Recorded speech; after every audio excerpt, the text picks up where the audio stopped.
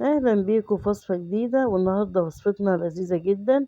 هنعمل طاجن كده بطاطس باللحمة الحمراء، طاجن تحفة، طاجن خطير يستاهل بقكم بجد. اللحمة كده دايبة ذوبان، والبطاطس طعمها وريحتها خطير. يلا بقى بينا نقول بسم الله ونبدأ وصفتنا مع بعض. يا ريت الفيديو لو عجبك ما تنسيش بقى الاشتراك واللايك، ويلا بينا نبدأ ونشوف هنعمله ازاي مع بعض.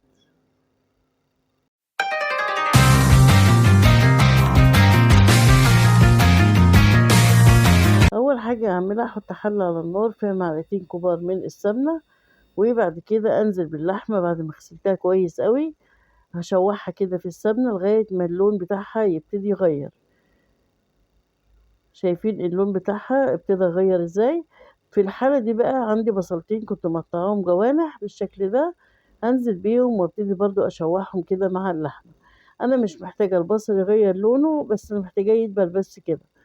زي ما انتوا شايفين كده، مجرد ما يدبل هبتدي بقى عندي كوبايتين كبار من المية هنزل بيهم على اللحمة والبصل، واسيبهم كده يدوا غلوتين مع بعض.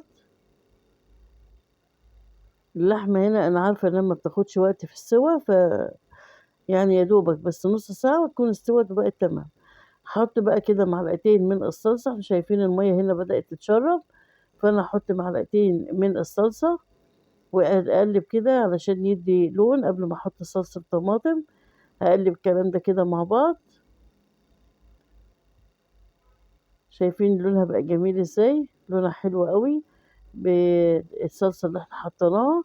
بعد كده مجهزة عندي بتاع رتل من الطماطم ضرباه في الخلاط. هبتدي انزل بيه على اللحمة واسيبهم كده يتسبكوا مع بعض، واحط بقى الملح والفلفل، واحط نص معلقة من القرفة.